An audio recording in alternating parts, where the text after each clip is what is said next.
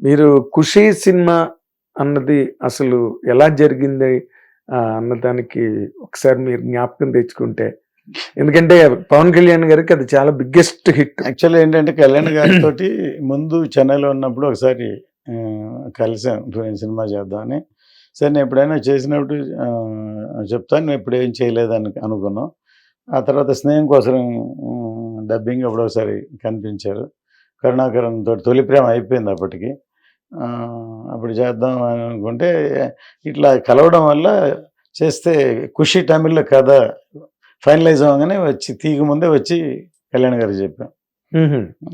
ఆయనకి నచ్చింది, చేద్దామని డిసైడ్ అయ్యాం. తర్వాత తమిళ్ రిలీజ్ అయిపోయింది, తమిళ్ సూపర్ హిట్ అయింది. తర్వాత తెలుగులో చేసాం అనమాట.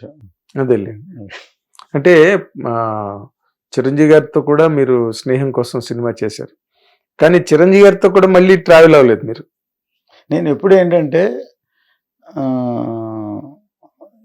హీరోకి ఇక ఈ సబ్జెక్ట్ సూట్ అవుతుంది, ఈ కథ ఉంటేనే వచ్చి అప్రోచ్ అయ్యాను తప్ప కంటిన్యూగా సినిమాలు చేసేయాలని అలా చేయలేదు. అంటే నా స్క్రిప్ట్ ఉంటేనో లేకపోతే ఈ కాంబినేషన్లో అది ఇది ఉంటేనే వెళ్ళి చేద్దాం అని చేశాను. ఒకసారి అట్లాగే అజిత్ వచ్చి చేస్తానా, మీరు చేస్తానా, నా దగ్గర స్క్రిప్ట్ ఉండాలి కదా, ఉండాలి, అది కుదిరినప్పుడే చేద్దాం అనుకుంటాను.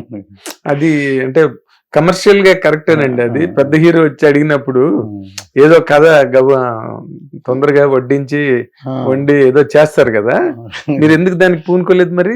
అంటే అది ఓన్లీ కమర్షియల్ గానే అవుతుంది కానీ ప్రాపర్ ప్రాజెక్ట్ అవ్వదు కదా, వాళ్ళకి షూట్ అవ్వాలి, కథ మ్యాచ్ అవ్వాలి, లేకపోతే ఏదో ఒకటి కమర్షియల్గా చేసేయాలని చేయకూడదు కదా అనే ఉద్దేశం. అదేలేండి. మీరు మధ్యలో చాలా కాలం మీకు ఒక రకమైన గ్యాప్ లాగా వచ్చింది, దానికి కారణం ఏంటి రత్న గారు? అంటే నేను అంటే మీరు దెబ్బతిన్నారని? ఒకటి ఏమంటారంటే నా సినిమాలు ట్రిపుల్ ఫ్లై అయినాయి, అన్న సినిమాలు లేవు. కారణం నా సినిమాకి ఒక బడ్జెట్ కంటే మించి ఓవర్ బడ్జెట్లో చేసిన సినిమాలు అన్నీ పెద్ద రేంజ్లో చేశాను. అవును. అప్పుడేమన్నా రిలీజ్ అప్పుడు ఓవర్ బడ్జెట్ అయినప్పుడు నెక్స్ట్ సినిమా క్యారీ ఫార్వర్డ్ అవుతూ వస్తుంది. నేను ఫ్లాపులు తీసి లాస్లు అయ్యి ఆపలేదు.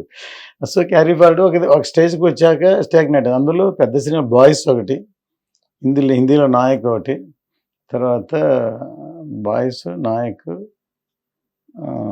ప్రేమికుల రోజు, ఈ 3 ఆల్మోస్ట్ నాన్ హీరో సినిమాలు.